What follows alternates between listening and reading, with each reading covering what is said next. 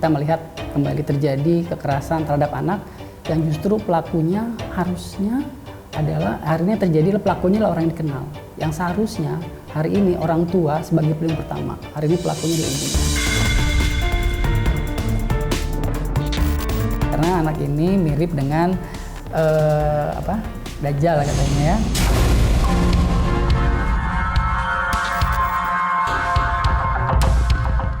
Ini kan tusukannya lebih dari 1, 20 pun bahkan lebih.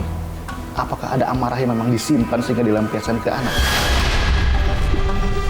Sangat bisa, ada anger issue di sana. Ada kemarahan yang luar biasa. Bukan hanya mungkin amarah, tetapi juga kecewa.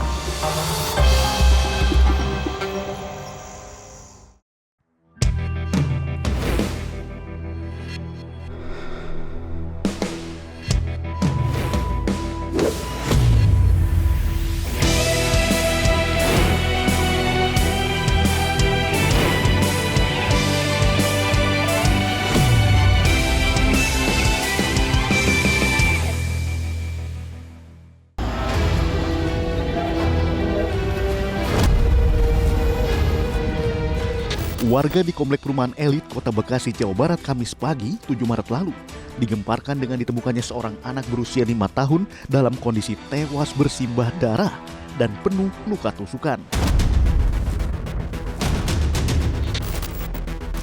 Saat ditemukan, korban dalam kondisi terlentang di atas kasur kamar yang berada di lantai 2. Dari lokasi, petugas menemukan sebilah pisau dapur yang berlumuran darah. Mirisnya lagi, bersama korban terdapat adiknya yang diduga menyaksikan saat pelaku menghabisi nyawa korban. Petugas pun langsung melakukan olah TKP dan menemukan bahwa korban tewas dengan luka sebanyak 20 tusukan. Polisi juga mengamankan terduga pelaku, yaitu ibu kandung korban berinisial SNF berusia 27 tahun.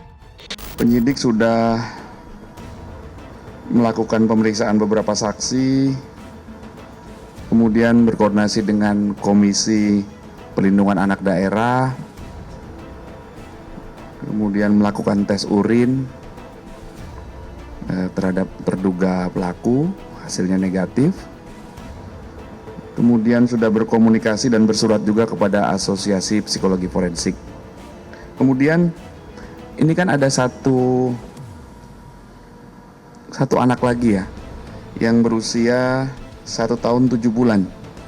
Komisi Perlindungan Anak Daerah beserta tim itu telah menitipkan seorang anak berusia 1 tahun 7 bulan ke Panti Asuhan Thoriqul Jannah untuk dirawat karena ibunya masih dalam proses penyidikan.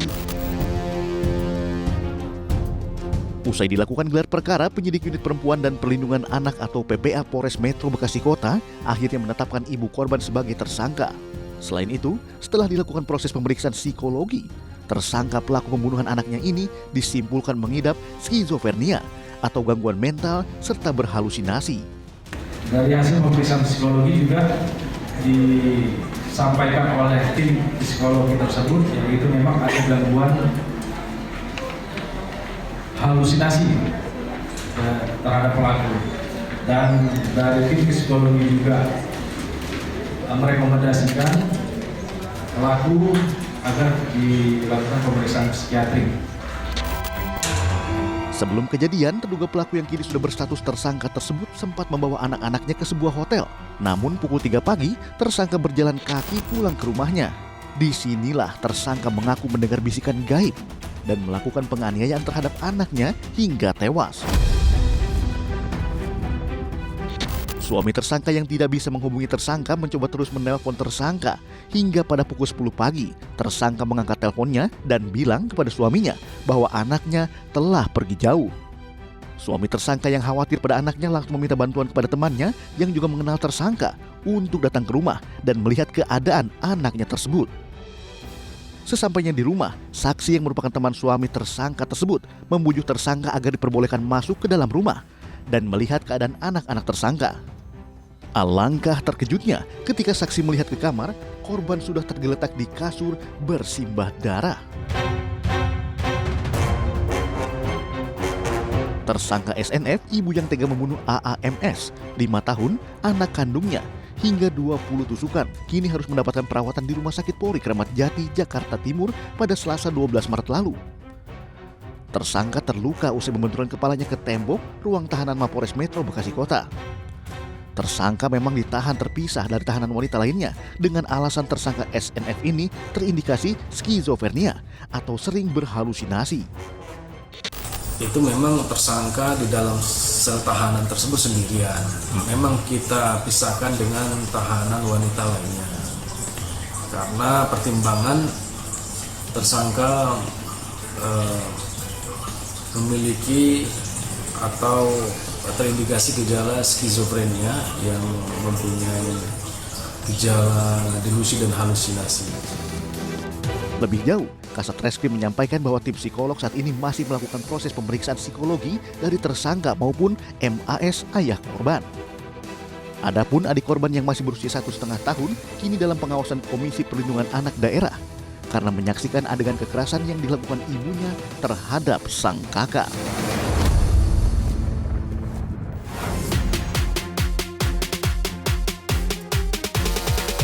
Apakah dugaan SNF mengidap skizofrenia benar adanya? Tim AB Plus menemui seorang psikolog untuk menggali lebih dalam latar belakang SNF melakukan tindakan keji terhadap anaknya sendiri. Mungkinkah ada motif lain di balik peristiwa tragis ini? Nah, gue bicara skizofrenia harus datang diagnosanya dari seorang psikiater atau psikolog. Jadi ya sangat bisa mempunyai gangguan yang disebut dengan skizofrenia ini. Kalau mungkin bahasa awamnya kita pakai dengan ODGJ. Jadi orang dengan gangguan jiwa. Jadi ada halusinasi di sana, dia bisa berbicara dengan orang lain yang tidak ada gitu ya. Tetapi harus hati-hati dengan diagnosa seperti ini. Tidak boleh memberikan diagnosa dengan waktu yang cepat, itu satu. Lalu melihat riwayat daripada kesehatan mentalnya selama ini.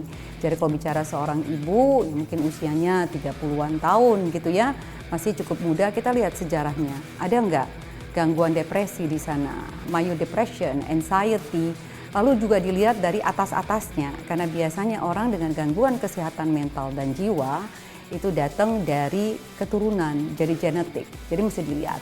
Banyak sekali faktor yang ada. Lalu yang kedua, kalau bicara dengan penyalahgunaan obat-obatan terlarang, kalau kita sebut di sini narkoba, psikotropika, dan lain sebagainya, sangat bisa, ini harus dilihat lagi. Tetapi kalau saya melihat bahwa yang ketiga ini adalah yang disebut dengan filisida altruistik.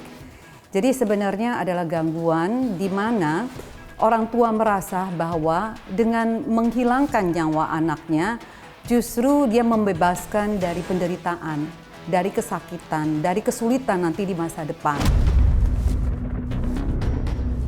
Apakah ada tahapan pemeriksaan sehingga bisa divonis penyakit tersebut? Mungkin kesannya kayak kok cepat sekali gitu ya, 1-2 hari setelah kejadian langsung ada satu diagnosa dengan skizofrenia ini. Mungkin juga saya yakin ada tim daripada psikolog dan psikiater yang mungkin bekerja sama dengan riwayat. Jadi ada medis kan, riwayat medis kalau kita tahu selama ini dengan kesehatan fisik. Kalau kita bicara tentang komorbiditas, kalau di dalam kesehatan fisik analoginya paling sederhana, punya diabetes mungkin, punya darah tinggi, punya kolesterol yang tinggi, trigliserida. Di dalam kesehatan mental juga sama, ada komorbiditas nggak sebelumnya? Ada gangguan kecemasan nggak di situ? Mungkin ada psikosis nggak di sana dengan halusinasi. Mungkin di sana ada gangguan dengan kecemasan, gangguan makan dan lain sebagainya. Saya yakin dari tim yang ada dengan begitu cepat mengambil kesimpulan dengan diagnosa ini karena harusnya punya riwayat kesehatan mental daripada tersangka atau yang kita sebut sebagai pelaku ini. Sangat bisa, sangat bisa. Ini kan tusukannya lebih dari 1, 20 pun bahkan lebih. Apakah ada amarah yang memang disimpan sehingga dilampiaskan ke anak? Sangat bisa, sangat bisa, sangat bisa. Ada anger issue di sana, ada kemarahan yang luar biasa. Bukan hanya mungkin amarah, tetapi juga kecewa. Kalau kita bicara emosi, roller coaster digabung amarah, kecewa, ketakutan, rasa tidak secure, tidak merasa aman, insecurity itu terjadi, panik gitu ya. kehilangan way out, otak tidak berjalan, siapa yang paling dekat?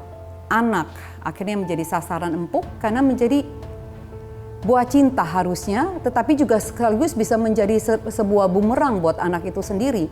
Karena lahir dari buah cinta ini, bagian daripada mungkin pasangan gitu yang dianggap mungkin tidak bisa memberikan dia kebahagiaan. Makhluk lemah, kecil, tidak bisa membela diri, akhirnya menjadi korban. Apakah si tersangka ini berpura-pura seolah-olah dia mengalami gangguan psikologis agar lolos jadi jeratan hukum? Mungkin tidak ke arah sana? Sangat dini sih untuk bisa masuk ke sana, karena akan tidak fair untuk saya bisa memberikan komentar terhadap ini. Ya segala kemungkinan bisa terjadi, tinggal bagaimana nanti kita harus betul-betul melakukan observasi. Ya tentunya sudah punya tim di sana untuk bisa memutuskan apakah ini betul-betul mengalami gangguan jiwa, mental, atau hanya ingin supaya lepas dari jerat hukum. Melihat data yang ada di KPAD Kota Bekasi, jumlah kekerasan terhadap anak di Kota Bekasi dalam 2 tahun terakhir mengalami peningkatan, di mana jenis kasus pelecehan seksual terhadap anak menjadi yang tertinggi. Kasus-kasus serupa di akhir tahun ini kan, terutama untuk di wilayah Bekasi, di tempat di mana ditemukan kasus itu, meningkat kekerasan terhadap anak khususnya, dan dilakukan selalu oleh orang terdekat. Apa memang lazim seperti itu? Karena kita menjadi orang tua kan kita tidak mempersiapkan diri bagaimana menjadi orang tua. Kita mempersiapkan diri dengan upacara pernikahannya. Kita sibuk dengan pestanya, kita sibuk dengan kostumnya, baju pengantinnya, jas laki-laki, kita sibuk dengan catering. Ya, kita tidak mempersiapkan diri bahwa kita menjadi orang tua itu adalah satu keterampilan, adalah satu edukasi yang kita harus pelajari sebelum menjadi orang tua. Menjadi orang tua, kalau saya pakai tagline-nya, the hardest job, pekerjaan yang paling sulit kalau kita paham. Ya kan, kalau kita paham. Kalau kita tidak paham, kita akan anggap bahwa membesarkan anak itu mudah. Dan kalau kita persiapkan sebelum memutuskan untuk mempunyai anak, harusnya hal-hal ini kan tidak terjadi. Karena menjadi orang tua kalau buat saya melihat bahwa harus siap secara fisiologis, berarti secara usia harus cukup karena bicara tentang otak. Otak manusia itu baru tumbuh dan berkembang secara lengkap di usia 25 tahun. Kebayang nggak kalau menikahnya usianya di bawah 20 tahun, bahkan belasan. Otaknya bahkan belum berkembang dengan sempurna. Yang kedua, siap secara psikologis. Ada yang secara fisiologis siap, secara psikologis tidak. Oke, dengan gaya parenting yang dia dapatkan, semuanya tersedia atau tidak siap menjadi orang tua. Dan yang ketiga, siap secara finansial. Karena menikah bukan sekedar just the two of you, kita berdua saja yang menikah, ya kan, yang lain ngontrak, tetapi ada nakdi manusia yang dititipkan yang adalah amanah, adalah berkah, adalah anugerah, pertanggungjawaban lahir dari buah cinta pernikahan ini. Mbak, bisa dijelaskan apa sih skizofrenia ini? Oke, skizofrenia tuh kalau kita sebut dengan ODGJ, gangguan mental yang berat sekali. Jadi sangat mengganggu dia untuk melakukan kegiatan kesehariannya. Dalam berkomunikasi, melakukan kegiatan yang mungkin keseharian, seperti makan, tidur, bekerja, dan melakukan interaksi dengan orang lain. Itu terhambat semuanya.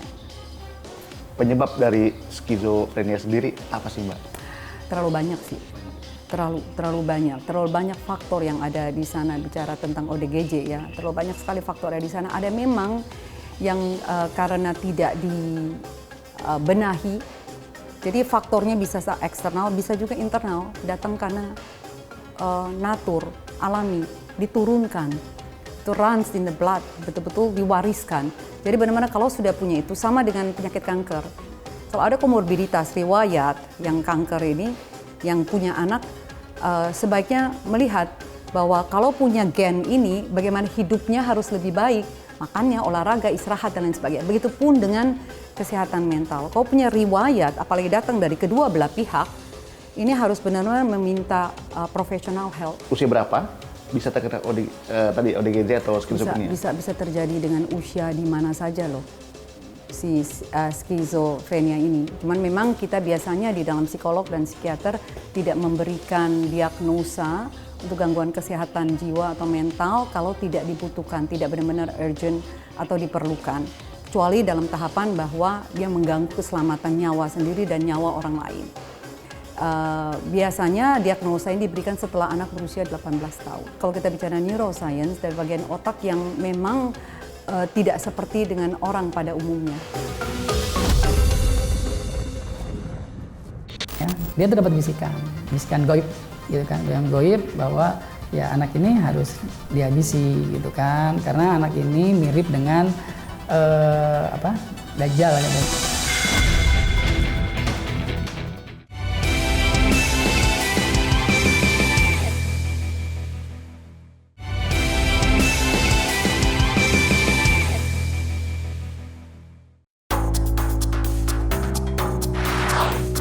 Guna mengetahui lebih dalam lagi kasus pembunuhan ini, tim AB Plus menyambangi tempat kejadian perkara yang terletak di klaster Bundi, Sumarekon, Bekasi, Jawa Barat.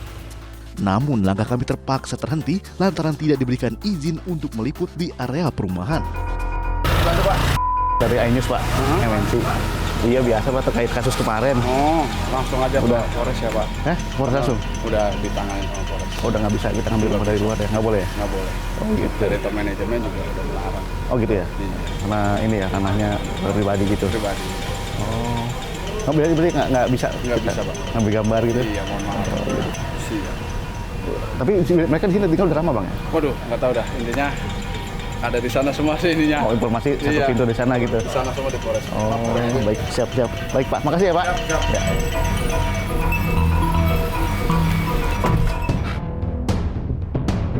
Pembunuhan yang dilakukan oleh SNF terhadap anak kandungnya sendiri membuat Komisi Perlindungan Anak Daerah Bekasi mengerenyitkan dahinya dan sangat menyesalkan atas kejadian tersebut. Kita melihat kembali terjadi kekerasan terhadap anak yang justru pelakunya harusnya adalah hari ini terjadi pelakunya adalah orang yang dikenal. Yang seharusnya hari ini orang tua sebagai pelindung pertama, hari ini pelakunya adalah ibunya. Karena maka mungkin pertama kali masih ada persepsi di dalam masyarakat kita bahwa anak itu adalah boleh diapain saja oleh orang tuanya. Orang tua masih menganggap bahwa anak itu di bawah hak prerogatif orang tua. Padahal anak pada hakikatnya dia dilindungi oleh negara. Gitu kan. Bahkan undang-undang yang terbaru nomor 35 2014 revisinya gitu kan. Itu ditambah loh, sepertiga hukuman ketika pelakunya adalah orang yang dikenal, orang tua atau oknum guru gitu kan, atau tetangga sekitar gitu. Itu ditambah gitu kan. Dan itu yang perlu kita pahami sebenarnya, bahwa orang terdekat itu justru harus sebagai pelindung utama. Ketika orang terdekat melakukan kekerasan, hukumannya lebih berat daripada orang yang tidak dikenal. Kayak gitu Bang. Nah hari ini masyarakat juga harus care, harus peduli bahwa permasalahan kekerasan tidak boleh dibiarkan. Dan tidak ada pembenaran kekerasan yang boleh dilakukan oleh siapapun dan kepada siapapun gitu kan. Bahwa anak sekalipun gitu, anak itu harus dilindungi gitu kan. Harus dilindungi dan anak juga harus mendapatkan perhatian, bahkan negara melindungi itu gitu kan. Aturan sudah ada, ketika pelakunya adalah orang terdekat maka bisa dihukum.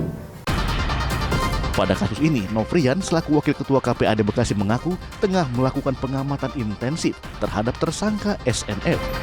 Bahkan ia sempat menanyakan bisikan gaib apa yang diterima oleh SNF sehingga tega membunuh anak kandungnya sendiri. Berdasarkan asesmen gitu kan ya, dia terdapat bisikan goib gitu kan, yang goib bahwa ya anak ini harus dihabisi gitu kan, karena anak ini mirip dengan Dajjal gitu. Harus ditusuknya di mana, di bagian jantung gitu. Tapi berdasarkan asesmen kita gitu, memang ada bisikan yang dia harus melakukan tindakan yang menghabisi nyawa anaknya. Kenapa yang dibunuh anak yang pertama?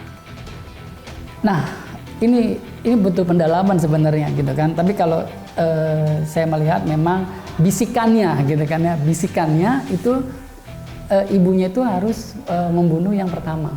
Jadi memang hasil asesmen kami gitu kan, memang yang kita lakukan selain kita perlindungan anak, kita juga mau tahu sebenarnya kenapa ibu ini melakukan kekerasan terhadap anak. Karena ini akan menjadi sebuah proses pembelajaran kita nanti pada saat kita memberikan sosialisasi, memberikan pemahaman terhadap masyarakat gitu kan. Dan hasil asesmen kami memang ibu ini secara komunikasi bagus awalnya. Bagus kan, berstruktur cerita. Bahkan dia tahu bagaimana mengurus anak, merawat anak gitu. Bahkan dia tahu jam-jam kapan anak ini harus sholat, kapan anak harus mandi, harus makan gitu kan. Tapi memang pada saat kita melakukan asesmen ada fase di mana si ibu melakukan lompatan-lompatan tema gitu kan. Misalkan pada saat kita wawancara ada kondisi di mana si ibu mengalami sama persis yang disampaikan oleh pihak kepolisian gitu kan. Ada halusinasi sebenarnya, ada halusinasi, ada bisikan gitu kan, sehingga berbalik tema kita ke sana. Bahkan ada beberapa kegiatan-kegiatan yang itu di luar dugaan kita gitu kan. Ibu itu baca doa gitu kan ya. Nah itu yang halusinasi, bisikan-bisikan yang mungkin didapat dari halusinasi itu gitu kan. Kan mungkin sempat ramai juga di media gitu kan, bahwa ibu ini mengalami skizofrenia gitu kan. Nah itu kan butuh pendalaman lagi gitu kan. Bahkan terakhir saya sempat menengok beliau juga di hari Sabtu sore. Ternyata kita menemukan juga bahkan sampai juga di kepolisian kemarin dia bentur-benturan kepala. Memang itu sempat di hari Sabtu dan baru kemarin sempat dibawa ke Rumah Sakit Bayangkara. Memang itu juga butuh nanti analisa tim forensik kenapa dia melakukan hal seperti itu. Lebih lanjut, Nofrian menduga jika SNF pernah mengalami kekerasan di masa kecilnya. Dari hasil asesmen saya memang si pelaku gitu kan punya sudah ditinggal sejak kecil oleh ibunya, tinggal oleh keluarganya gitu kan. Bahkan ada indikasi pernah juga mengalami kekerasan di masa kecilnya kayak gitu. Bahkan juga mungkin ya, istilah anak sekarang bully gitu kan, kekerasan seperti itu. Bisa jadi itu juga jadi faktor juga yang itu terpendam akhirnya terakumulasilah sebenarnya pada kejadian kemarin kayak gitu.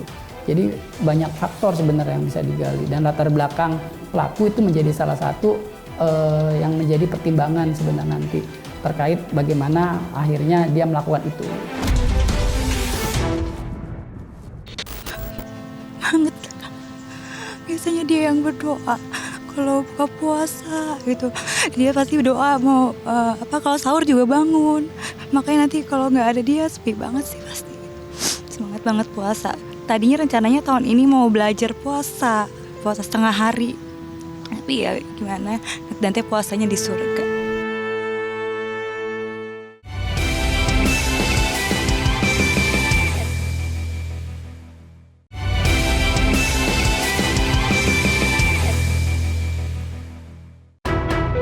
Kasus pembunuhan disertai kekerasan terhadap anak marak terjadi belakangan ini. Dari peristiwa yang ada, pelaku rata orang terdekat di lingkungan keluarga. Motif yang dilakukan pelaku kepada korban hingga membunuh beragam. Mulai dari faktor ekonomi, sosial, hingga urusan asmara. Peristiwa memilukan dialami artis sekaligus selebgram Tamara Tiasmara. Dirinya harus merelakan kepergian anak sematawayangnya, Raden Andante Khalif Pramudityo atau akrab disapa Dante pada tanggal 27 Januari lalu. Karena dirasa adanya kejanggalan pada kematian Dante, atas izin keluarga 10 hari kemudian, polisi melakukan ekshumasi terhadap jenazah Dante. Dari hasil pemeriksaan yang dilakukan oleh tim kedokteran forensik Rumah Sakit Polri Kramat Jati, Jakarta Timur, petugas memastikan penyebab tewasnya Raden Andante Khalif adalah karena tenggelam. Dokter forensik Rumah Sakit Polri, yakni Dr. Farah Kauro, mengatakan pihaknya tidak menemukan tanda-tanda kekerasan di sekujur tubuh maupun tulang belulang korban.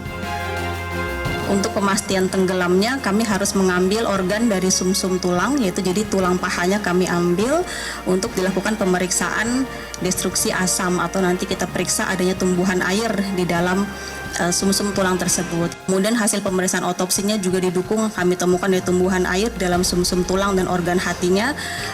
Sementara kami menyimpulkan bahwa kondisi korban sesuai dengan korban meninggal akibat tenggelam atau masuknya air ke dalam saluran pernafasannya.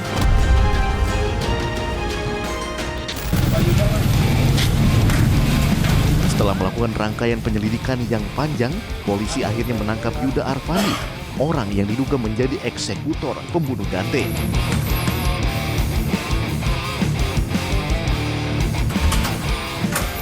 Halo, Assalamualaikum.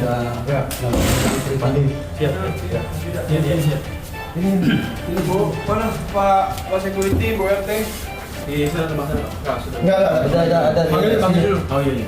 Yuda tak berkutik ketika dibekuk oleh tim Jatanras Polda Metro Jaya di kediamannya di wilayah Duren Sawit, Jakarta Timur. Ini dompetmu nih, kata dulu di sini. Bukan, tidak. Kita dari Polda Metro Jaya.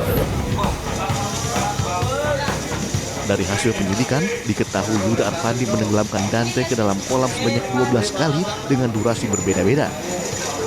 Kepada penyidik, Yuda mengaku jika menenggelamkan korban semata-mata untuk melatih pernafasan.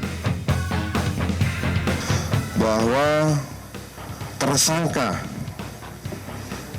melihat ke arah kanan dan kiri, memastikan tidak ada orang yang melihat.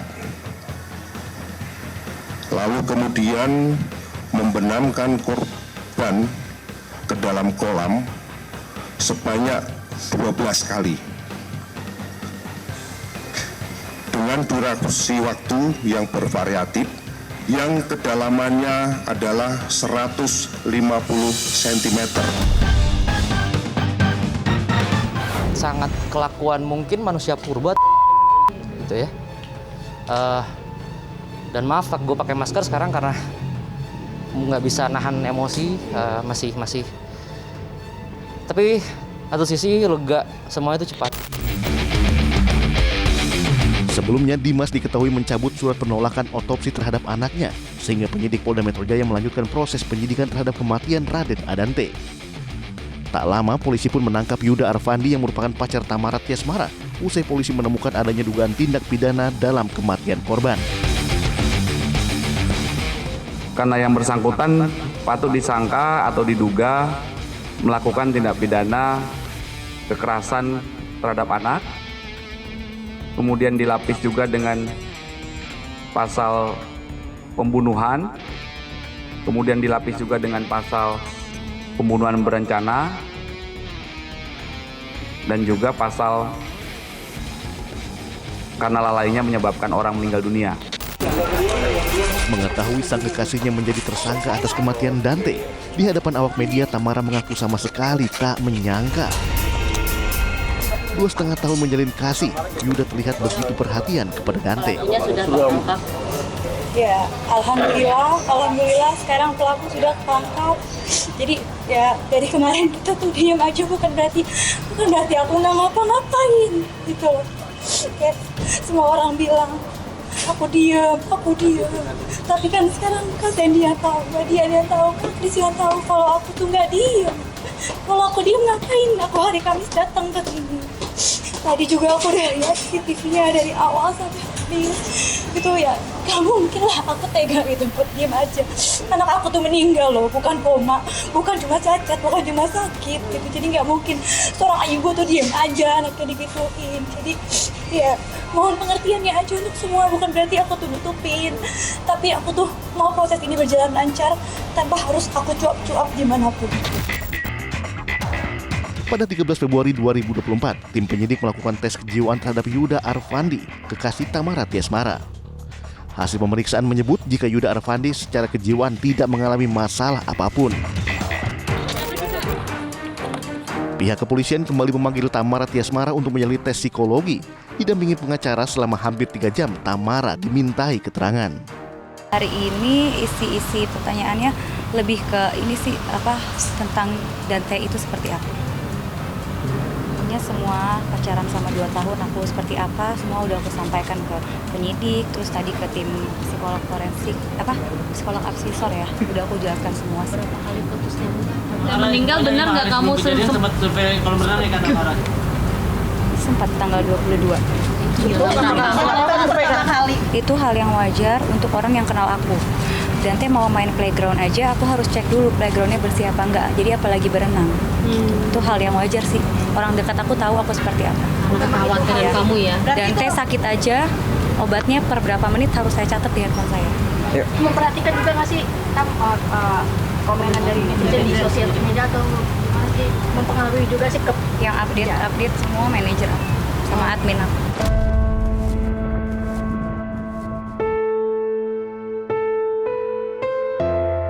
Menjelang bulan Ramadan dan tepat memperingati 40 hari kematian Dante, Tamara Tiasmara mengunjungi makam anak semata wayangnya itu. Raut duka masih terlihat kala mengenang Dante yang rencananya akan memulai berpuasa pada tahun ini. Ya doanya semoga Dante nemenin aku terus Dante tenang di sana, ketemu sama opanya gitu sih. Ya udah mau puasa juga kan, biasanya kan ada dia di rumah gitu, makanya ya pokoknya semoga Dante tetap ikut sama kita terus gitu aja sih. Banget. Biasanya dia yang berdoa kalau buka puasa gitu. Dia pasti berdoa mau kalau sahur juga bangun. Makanya nanti kalau nggak ada dia sepi banget sih pasti. Semangat banget puasa. Tadinya rencananya tahun ini mau belajar puasa setengah hari. Tapi ya gimana, Dante puasanya di surga.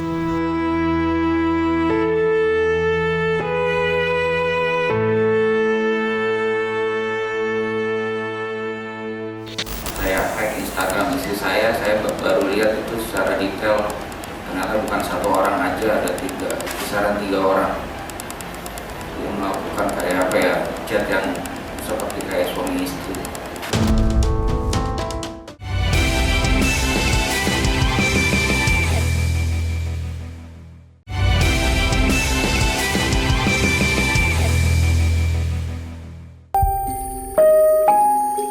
Rabu 6 Desember 2023, berita pilu datang dari selatan Jakarta.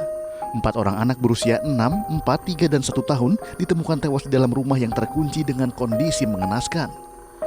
Korban diketahui dibunuh dengan cara dibekap satu persatu oleh ayah kandungnya, Panca Darmansyah. Dalam aksinya, Panca membutuhkan waktu setidaknya 1 jam untuk membunuh anak-anaknya. Pelaku sendiri ditemukan petugas di kamar mandi dalam kondisi lemah hendak bunuh diri. Panca pun beralasan jika dirinya menghabisi keempat anaknya lantaran cemburu setelah menyadap media sosial istrinya yang berisi percakapan mesra dengan lelaki lain. Di hadapan awak media, Panca mengaku menyesal telah melakukan pembunuhan terhadap 4 anaknya. Apa yang melatar belakangi Anda melakukan perbuatan tega melakukan pembunuhan ke 4 anak Anda? Bisa Anda jelaskan? Ya, intinya saya cemburu dengan istri saya karena dia melakukan perselingkuhan. Anda merasa menyesal kan atas perbuatan yang Anda lakukan? Sangat menyesal sebenarnya. Kenapa saya masih hidup aja sih? Ya, saya juga ikut dengan anak-anak. Jadi Anda berpikir setelah Anda melakukan pembunuhan terhadap anak Anda dan Anda bunuh diri gitu? Iya benar. Tapi saya ternyata masih dikasih kehidupan dengan 5 kali percobaan. Anda menyesal? Ya, untuk saat ini saya menyesal atas perbuatan saya. Awal mula yang dilakukan ya, akibat dari rasa cemburu, sakit hati pada istri. Iya, karena saya melihat dari pertama dari chat WA WhatsApp, lalu saya sempat telepon itu lakinya, tapi nggak lama diblokir. Terus yang di hari Minggu saya hack Instagram istri saya baru lihat itu secara detail. Ternyata bukan 1 orang aja, ada kisaran 3 orang yang melakukan kayak chat yang seperti kayak suami istri.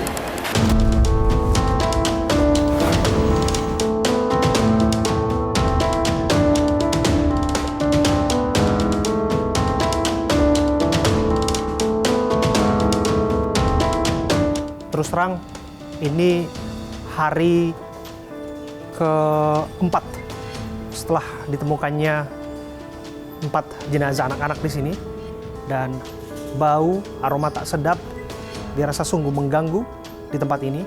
Saya Abraham Silaban, saya hadir untuk melihat lebih dekat seperti apa tempat kejadian perkara di Jalan Kebagusan Raya, Gang Roman, Jagakarsa, Jakarta Selatan. Tempat ini menjadi saksi bisu betapa mengenaskan, betapa mengerikan, di mana 4 orang anak berusia 6 tahun, 4 tahun, 3 tahun, bahkan 1 tahun yang ditemukan berjejer di dalam rumah kontrakan ini, satu ruangan yang terkunci dan sudah tidak bernyawa. Andai kata mereka bisa bicara, dalam benak saya, barangkali yang mereka bisa sampaikan adalah, "Ayah, apa salah kami?" Karena anak-anak tidak berdosa ini tentu saja tidak sepatutnya, tidak seharusnya menerima perlakuan seperti ini. Dan di tempat ini juga ditemukan tersangka yang berinisial P, PD, yang merupakan ayah kandungnya sendiri yang tega menghabisi nyawa buah hatinya di tempat ini. Apa yang terjadi di sini sungguh tidak dapat diterima. Saya hadir di sini dan melihat, Anda lihat ini. Ini masih ada sepeda ya. Masih ada semacam mainan sepeda motor. Ini, sobat. Anda bisa lihat. Sangat disayangkan. Ini adalah mainan anak kecil yang seharusnya dia masih bisa bermain di tempat ini. Di depan, saya berada di depan kediamannya. Yang disebutkan pula pada hari Minggu sungguhnya anak itu masih ada dan bermain di sini. Tapi tak disangka-sangka 3 hari setelahnya tidak pernah terlihat, tidak ada informasi, malah sudah ditemukan tidak bernyawa di ruangan bisu ini.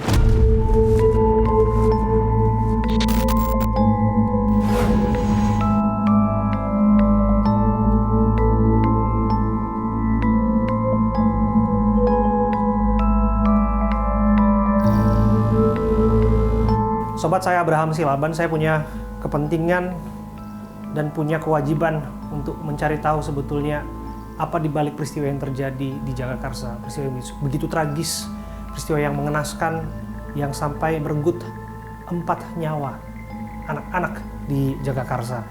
Maka saya akan tanyakan kepada Kasat Reskrim Polres Jakarta Selatan, AKBP Bintoro. Terima kasih Pak Kasat sudah menerima kami. Terima kasih, Mas. Pak Kasat, saya harus tanyakan 2 alat bukti apa yang dimiliki oleh polisi untuk kemudian menetapkan P sebagai tersangka pembunuhan? Kami Polres Jakarta Selatan setelah mendapat laporan polisi dari masyarakat, kami langsung menindaklanjutin. Pertama kami turun TKP, selanjutnya kami melaksanakan kegiatan dalam rangka untuk olah TKP, dan selanjutnya kita menaikkan proses dari penyelidikan ke proses penyidikan. Dan pada hari ini kami melaksanakan kegiatan gelar perkara untuk menaikkan status saudara P yang awal mula adalah saksi menjadi tersangka. Di mana berdasarkan 2 alat bukti yang sah menurut kami adalah keterangan saksi dari persesuaian keterangan-keterangan yang kami ambil. Ada sekitar 12 orang saksi yang telah berhasil kami periksa. Selanjutnya, kami mendapatkan barang bukti berupa handphone dan juga laptop. Di mana di handphone ini, saudara P melakukan perekaman. Ya, melakukan perekaman sebelum kejadian pembunuhan, setelah kejadian pembunuhan. Tunggu dulu Bang, dia merekam detik-detik kejadian naas itu sebelum melakukan tindakan keji itu, bahkan setelah anak-anak itu meninggal dunia? Iya, seperti itu. Jadi di pukul 12:40 yang bersangkutan merekam saat sebelum kejadian pembunuhan. Pukul 12:40 itu hari Minggu ya Bang? Iya, di hari Minggu tanggal 3 Desember, tanggal 3 Desember 2023 ya. Karena informasinya memang anak kecil itu, korban salah satu diantaranya masih terlihat bermain di depan rumahnya. Iya, jadi bisa kami sampaikan bahwa setelah yang bersangkutan melakukan peristiwa pembunuhan ini, selanjutnya yang bersangkutan melakukan peletakan secara berurutan. Dari yang pertama yang paling kecil, terus selanjutnya anak ketiga, anak kedua, hingga anak yang terakhir. Dengan disertai berupa barang-barang kesukaan, ya, kesayangan daripada anak-anak tersebut. Mainan anaknya? Mainan anak tersebut. Ditaruh persis di dekat dari jenazah tersebut. Iya. Dan bagaimana yang bersangkutan menghabisi nyawanya, Bang? Ini sekali lagi saya harus katakan, informasi ini, andai kata memang kami harus menyampaikan ini, sobat, adalah untuk wanti-wanti, bukan untuk inspirasi ataupun bukan untuk menjadi ide kejahatan di mana tempat. Bahkan ini adalah saran, bahkan peringatan untuk tidak dilakukan. Bagaimana ini dilakukan? Jadi yang bersangkutan, pengakuan dari saudara P melakukan ini dengan cara membekap selama kurang lebih 15 menit secara bergantian. Jadi setelah dilakukan pembekapan itu, selanjutnya pada kurban yang kedua, kurban ketiga, hingga kurban yang terakhir, yang anak paling sulung tersebut.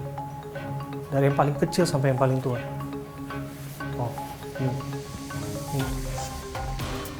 Kami, ini sangat tidak bisa diterima sebetulnya, Pak Kasat. Dan setelah itu kemudian yang bersangkutan memvideokan. Dia memvideokan dari setelah kejadian itu. Jadi di situ disampaikan bahwa ya memang yang bersangkutan menyampaikan kepada di video itu kalau tidurlah nak yang tenang. Ini kesalahan ini adalah kesalahan papa.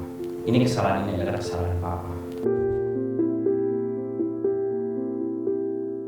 Mengenai bahwa yang bersangkutan disebutkan melakukan tindakan kekerasan, Pak Kasat, kekerasan dalam rumah tangga, dan disebutkan ini bukan hanya terjadi pada hari Sabtu, tapi bahkan sudah terjadi berulang kali. Apakah informasi ini diterima?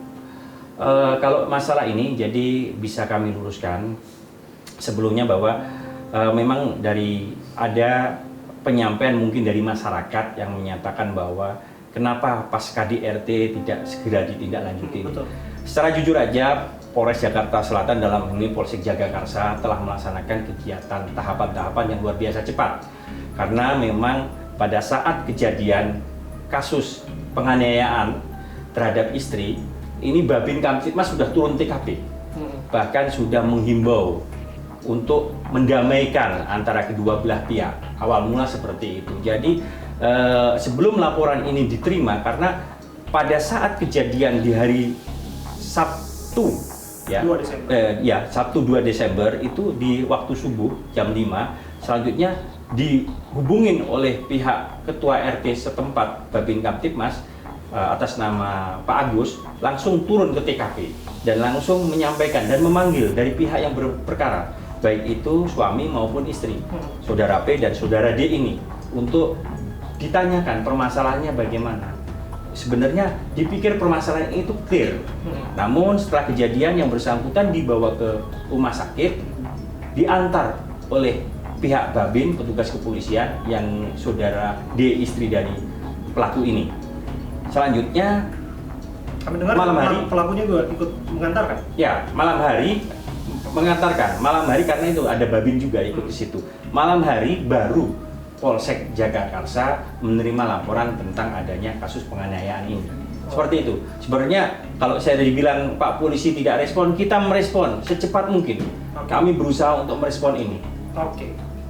Berarti Sabtu malam diterima laporan itu. Siap, ya. Kemudian Minggu tanpa diduga-duga terjadilah peristiwa. Terjadi peristiwa seperti itu, ya. Satu yang tertinggal Pak Kasat, artinya pelaku tersangka dalam hal ini dijerat pasal pembunuhan berencana. Iya, jadi memang dilihat daripada cara yang bersangkutan sudah ada perencanaannya. Jadi kami menjerat dengan pasal 340 dengan ancaman hukuman maksimal penjara seumur hidup, maksimal hukuman mati dan atau penjara seumur hidup.